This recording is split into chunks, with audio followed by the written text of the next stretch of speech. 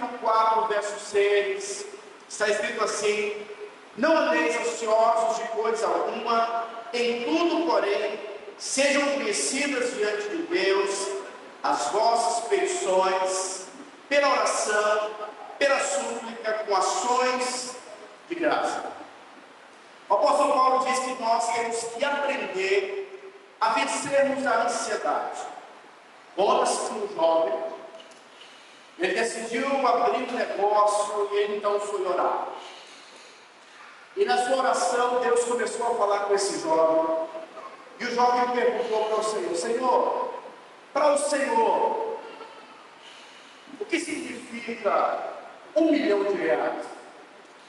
E aí ele falou: R$1 milhão para mim é como se fosse um centavo. Esse jovem então continuou orando, falou: Senhor, já que 1 milhão é como um centavo, e 1000 anos? 1000 anos é como se fosse um minuto. Aí o jovem então fez a seguinte pergunta para Deus: Senhor, Deus, me dá um centavo.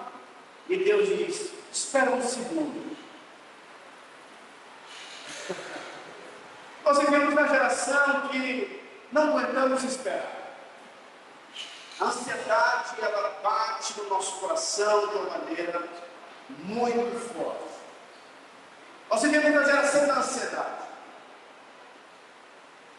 O apóstolo Paulo vai escrever a carta dos Filipenses. Ele sabia muito bem o que ele estava fazendo. Paulo estava preso. Deus estava trabalhando no coração do apóstolo Paulo. Ele precisava vencer a ansiedade.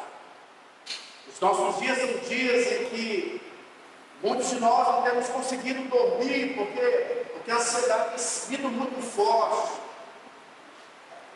O autor do livro de Hebreus escreve dizendo assim, Hebreus capítulo 12, verso 1: portanto, desembaraçando-nos de todo o peso e do pecado que tenazmente nos assedia, corramos com perseverança a carreira que nos está proposta, olhando firmemente ao autor e consumador da fé, Jesus.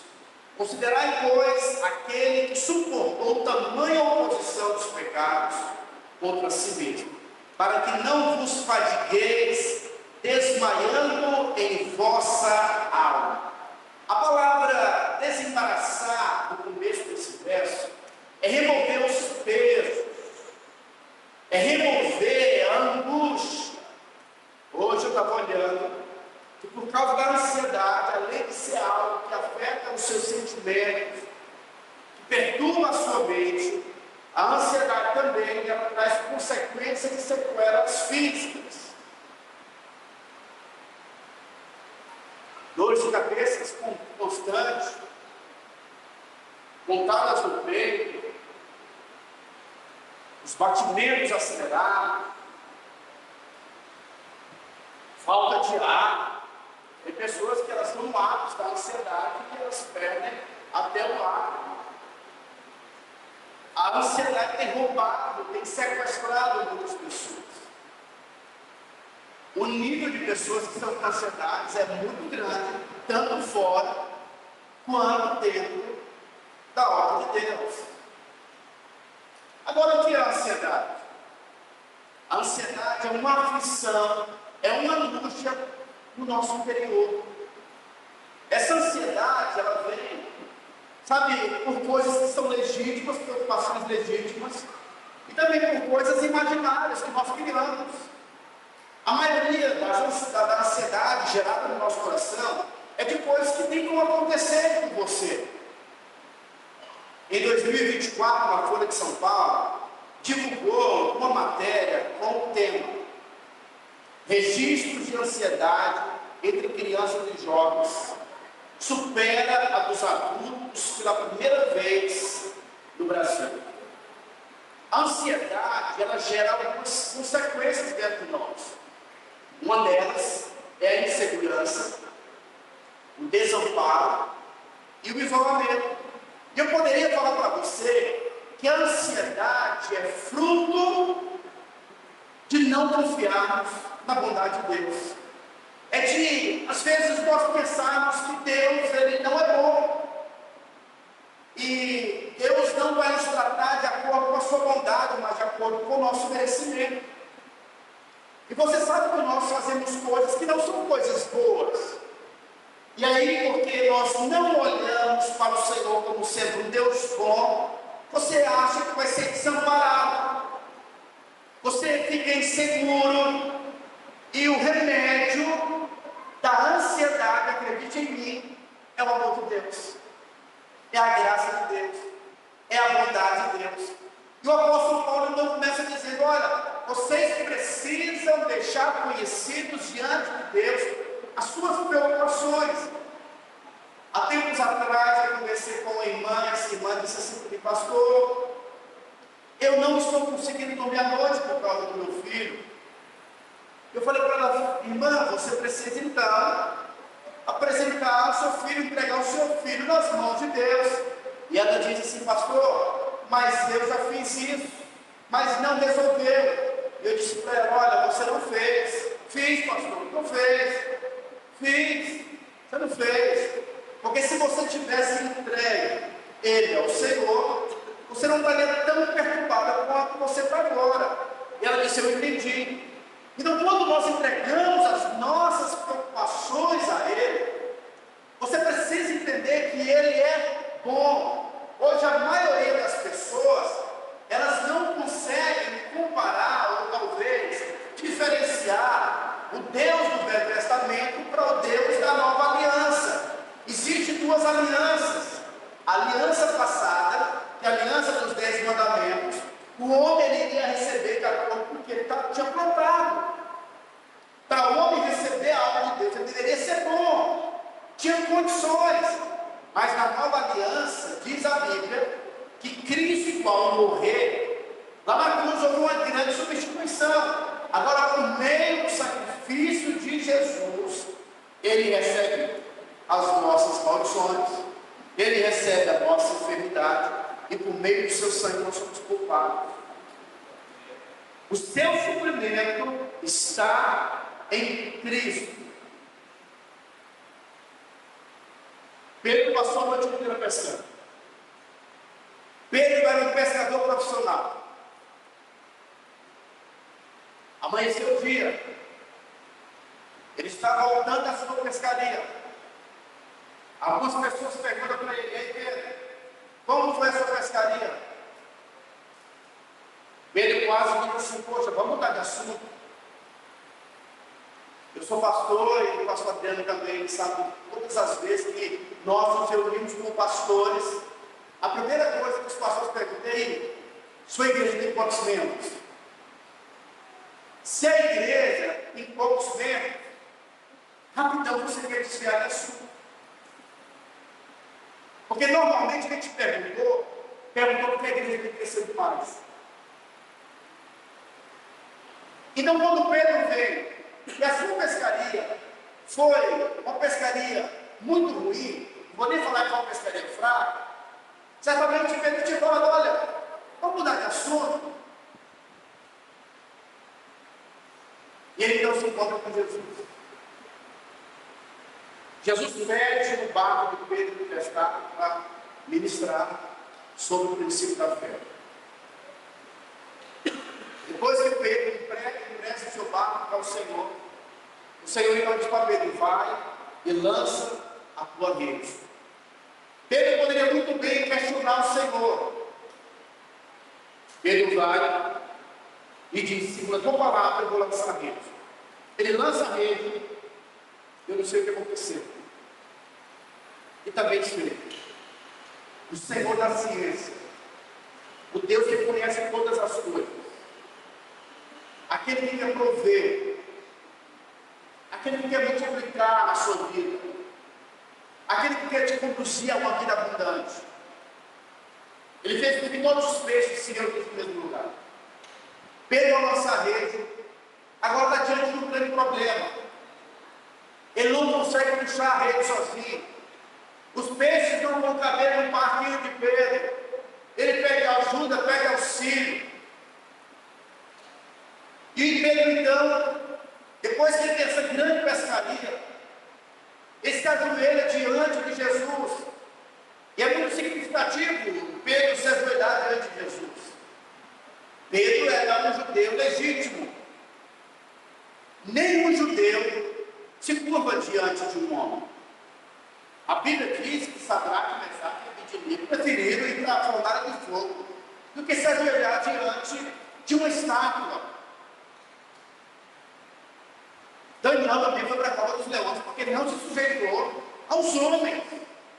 Pedro era um judeu original. Mas agora Pedro, ele se ajoelha diante de Cristo, reconhecendo que Cristo é Deus.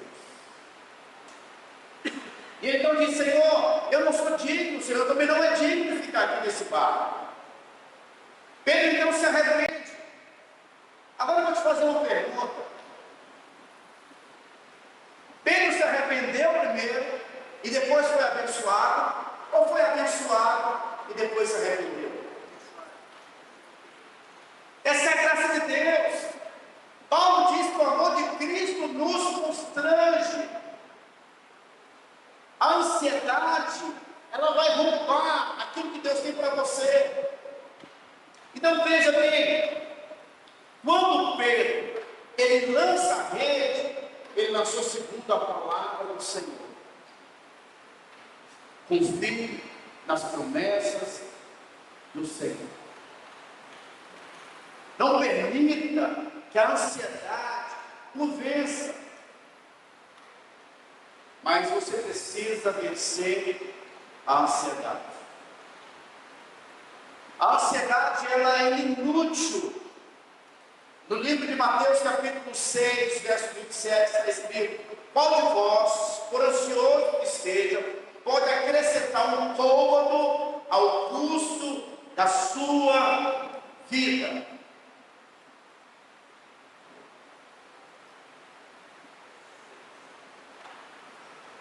É igual alguns noivos que no dia do casamento ficam tão ansiosos que não conseguem desfrutar. É inútil isso. Eu sou um pouco durão. Mas no dia do meu casamento, quando abriu a porta, aquela noiva veio, eu tremia. Chorei. É impactante. Muito poderoso. Mas a ansiedade pode roubar o seu coração. A arma do diabo contra você é a arma da ansiedade. A ansiedade dá espaço ao diabo para roubar a sua fé. 2 Coríntios capítulo 2, 11 diz assim, para que Satanás não alcance vantagem sobre nós, pois não ignoramos os desígnios. Quem é que já assistiu ao do boxe? MMA. Tem gente que gosta do MMA. Eles ficam de tempos em tempos assistindo os adversários deles para encontrar o seu ponto fraco. E quando eles conseguem encontrar o ponto fraco, o seu adversário, é ali o lugar onde eles querem bater. E o seu ponto fraco é a sua ansiedade. É nesse lugar onde o diabo vai minar a sua fé. Mas aqui o apóstolo Paulo nos ensina, nos orienta, que nós precisamos vencer a ansiedade, colocando, falando, sabe, entregando ao Senhor todas as nossas preocupações. Pedro diz assim, 1 Pedro capítulo 5, verso 7, lançando sobre ele toda a vossa ansiedade, porque ele tem cuidado de vós. Lance sobre ele, porque é ele quem cuida de nós. O Senhor está te ouvindo. Você não vai ficar desamparado. Você não precisa ficar com medo. O apóstolo João disse que quando nós estamos no Senhor, é Ele quem vai se responsabilizar em lançar fora todo medo. No livro de Mateus, capítulo 6, verso 26, está escrito assim, observai as aves dos céus, elas não semeiam, não colhem, não ajuntam em celeiros, contudo, o vosso Pai Celeste a sustenta. Porventura não valeis vós muito mais do que as aves? A ansiedade também vai roubar a sua fé. Se você entrar nesse território, o território do diabo, a área do diabo contra você é a área da ansiedade. Não entre no território do inimigo. Fuja do território do inimigo. No território dele ele vai prevalecer. Traga o inimigo para o seu território.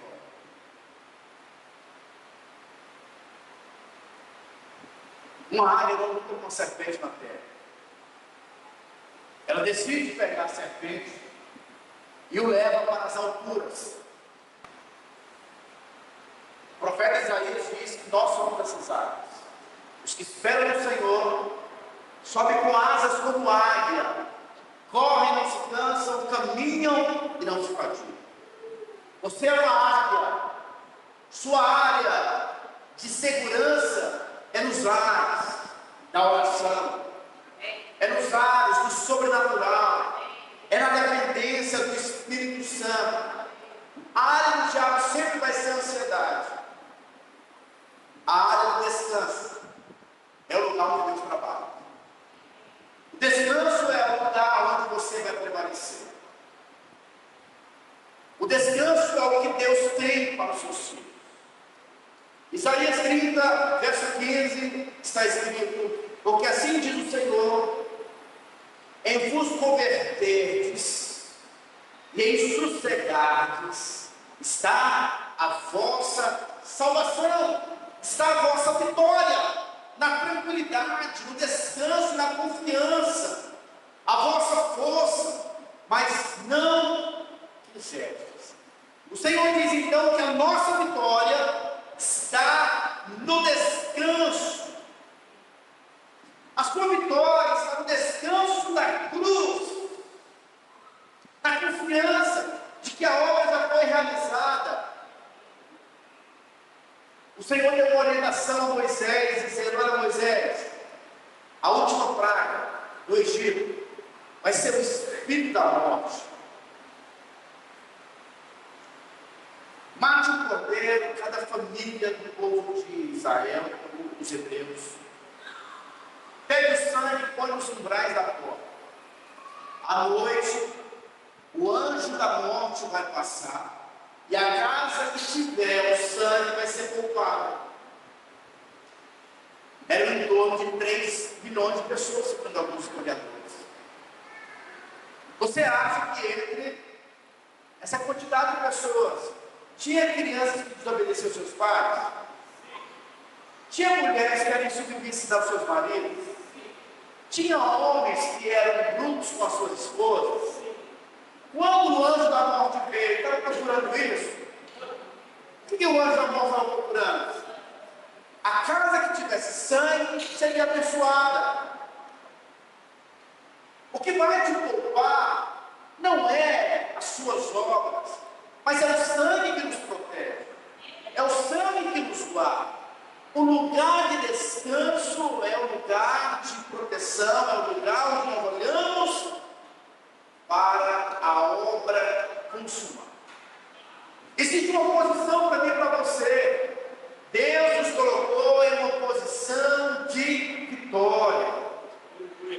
Você sabe qual foi o primeiro homem que entrou no céu? Alguém sabe? Hã? Quem foi o primeiro homem que entrou no céu? Hã? Só Jesus. Nenhum homem entrou no céu ainda, você sabia disso? Jesus inaugurou o céu.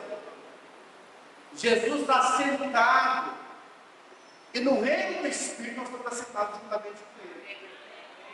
A Bíblia diz que no Velho Testamento todo sacerdote não podia se assentar no templo, porque de tempos em tempos ele tinha que oferecer um sacrifício. Mas a Bíblia diz, o apóstolo Paulo escrevendo diz, que Cristo é o nosso sumo sacerdote e ele realizou a obra de uma vez por todas, não precisa mais nenhum animal ser morto, porque o Cordeiro de Deus, que tira os pecados do mundo, morreu. E agora ele, além de ser o nosso Cordeiro, ele também é o nosso sacerdote, e ele está sentado. Por que ele está sentado? Porque a obra foi concluída. E a nossa porção é uma porção de que nós também estamos assentados juntamente com Cristo. Tem muitos livros de libertação. O primeiro livro que eu li foi o livro Corpos na Sala. É um manual prático de libertação. Muito bom. Mas qual é o problema desses livros? Que eles começam a falar tanto sobre demônios, que você fica observando, poxa vida, mas o demônio é muito poderoso. Mas quando nós olhamos para a velha aliança, Deus dá orientação para o povo vencer o inimigo. Como que ele fazia? Ele mandava a equipe de louvor, a arca na frente, os guerreiros atrás. E quando eles iam descansar, armavam o tabernáculo, armavam lá as tendas, eles ficavam de frente para o tabernáculo de costas para o inimigo. A maneira de você vencer o inimigo é olhando para a obra da cruz, é olhando para o Senhor. Então, quanto mais eu olho para o Senhor, mais eu venço a ansiedade. Eu preciso olhar para o Senhor. Eu preciso me colocar na posição devida, correta. No livro de Efésios, capítulo 1, verso 20, diz assim, ó: o qual exerceu ele em Cristo, ressuscitando dentre os mortos e fazendo-se assentar à sua direita nos lugares celestiais, acima de todo principado, potestade, poder e domínio, e de todo nome que se possa referir, e não só no presente século, mas também no vindouro. No verso 6 diz assim, ó: e juntamente com ele nos ressuscitou e nos fez assentar nos lugares celestiais em Cristo Jesus. Diga assim: eu estou assentado em Cristo Jesus. Se você olhar na Bíblia, você vai perceber que o lugar mais seguro é você estar em Cristo. O homem só é abençoado porque ele está em Cristo. Paulo escrevendo diz o seguinte: se alguém está dentro de Cristo, é nova criatura. Quando eu estou em Cristo, eu sou herdeiro. Quando eu estou em Cristo, eu venço o maligno. Quando nós estamos nele, você recebe todo o suprimento de Deus. É no descanso da obra de Cristo que você vence o inimigo e o maligno não pode tocar em você.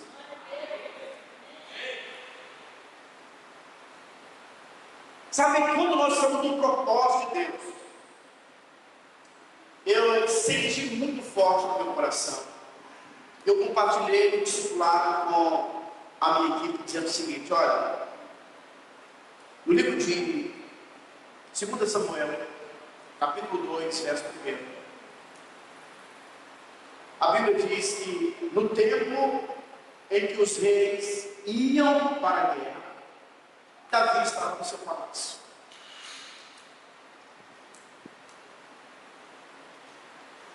Fora do propósito de Deus. A Bíblia deixou muito claro: o tempo em que os reis iam para a guerra. Propósito de Deus. Davi estava descansando. O que aconteceu? A Bíblia diz que o maligno veio e então tirou Davi do propósito. Jesus disse que nós precisamos ser vigilantes, orar e vigiar. A vinda do Senhor vai ser repentina. Precisamos então estar vigilantes. O Senhor continua ministrando no coração. Quando Deus levanta Gideão, o Senhor fala para Gideão: Gideão, você vai vencer um exército. Convoca o povo. 32 mil pessoas vieram. O Senhor diz: olha, tem muita gente. Manda embora os medrosos, covardes. 22 mil pessoas foram embora. Gideão ficou muito mal. O Senhor, tem muita gente ainda. Peçam para que eles vão para bom, eles tomem água do ribeiro. Aqueles que foram vigilantes, é esse o exército. Ficou 300 pessoas. muito preocupado com aqueles que são vigilantes. Quem que é o vigilante? Leia. É aquele que está envolvido no projeto e no propósito de Deus. Quanto mais envolvido, mais protegido eu estou. O lugar da proteção é esse lugar. Quando eu olho para Cristo, eu vou ver os milagres acontecendo. Amém ou não? É um descanso onde o favor de Deus é liberado.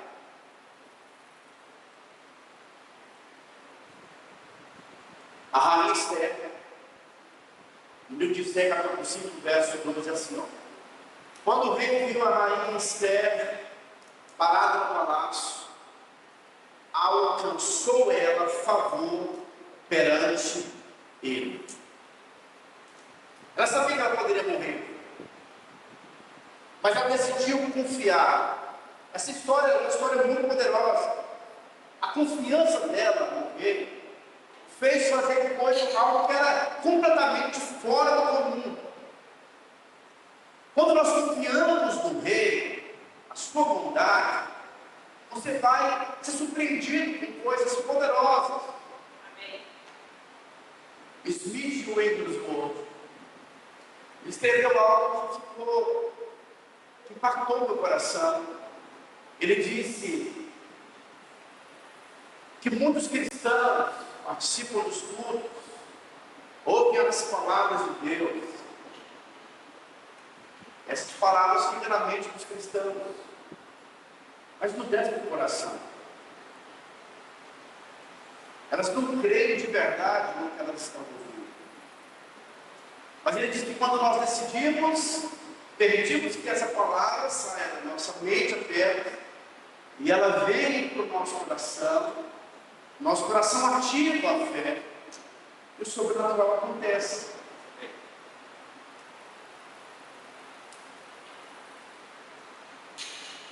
O Arthurzinho me chamou para brincar na porta de casa, de pé a pé. Ela vai. Eu, a porta, correndo para vir, correndo para vir. É que você. Aí duas crianças, dois irmãozinhos, eles vêm para querer brincar.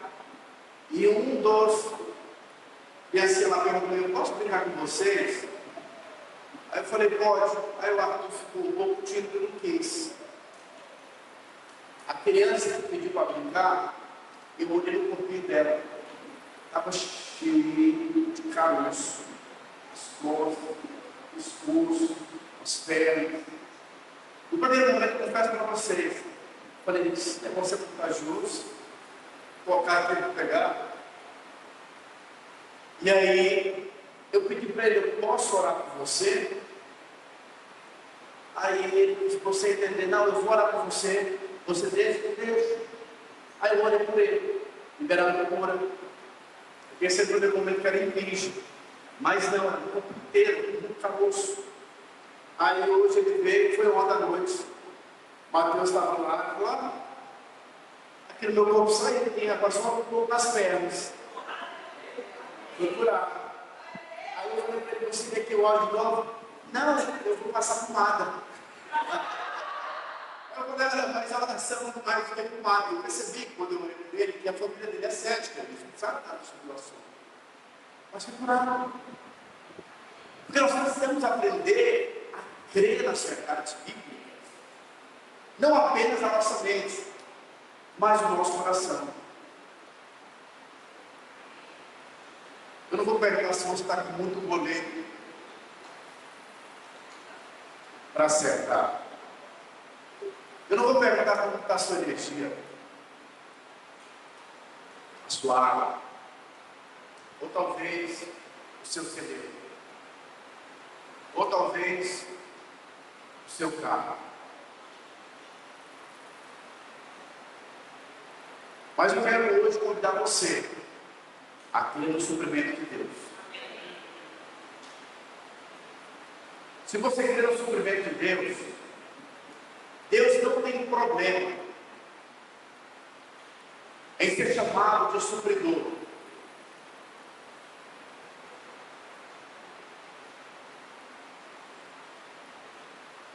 pela presciência de Deus. Jesus foi para certo lugar pregar, e uma multidão o seguia. Em torno de 5.000 mulheres e homens, na verdade 5.000 homens fora mulheres e crianças, tinha em torno aí basicamente umas 15.000 pessoas. Os discípulos olharam de uma maneira natural, a ansiedade perturbou o coração deles, e eles falaram: Senhor, já tem muito tempo que esse povo está andando, é perceptível que eles estão se desfalecendo, se nós não liberarmos, eles vão morrer. Jesus fala a seguinte pergunta: o que vocês têm aí para dar de comer para eles?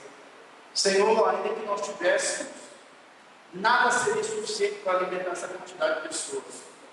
Mas nós temos aqui 5 pães e 2 peixinhos. De um lado estavam os discípulos atormentados com ansiedade. Do outro lado, nós temos um Cristo que tem o poder de multiplicar e suprir a todos, de modo que vai ter abundância e eles ainda terão 12 cestos. A mentalidade do Senhor é uma mentalidade de suprimento. Eu quero hoje chamar a sua atenção para que você possa despertar a sua fé para viver o sobrenatural do Senhor. Deus está nos conduzindo hoje, está nos convidando hoje a entregar a Ele todas as suas preocupações, a ansiedade do seu coração, porque Ele quer dar consolo, renovo no seu coração. Não sei como você chegou aqui, mas eu gostaria muito que você entregasse para o Senhor todas as suas preocupações, o cativeiro da ansiedade, do medo, sabe, de remédios, essa agitação no seu coração, essas palpitações no seu coração, elas vão sair da sua vida. Esse desespero no seu coração vai ser removido.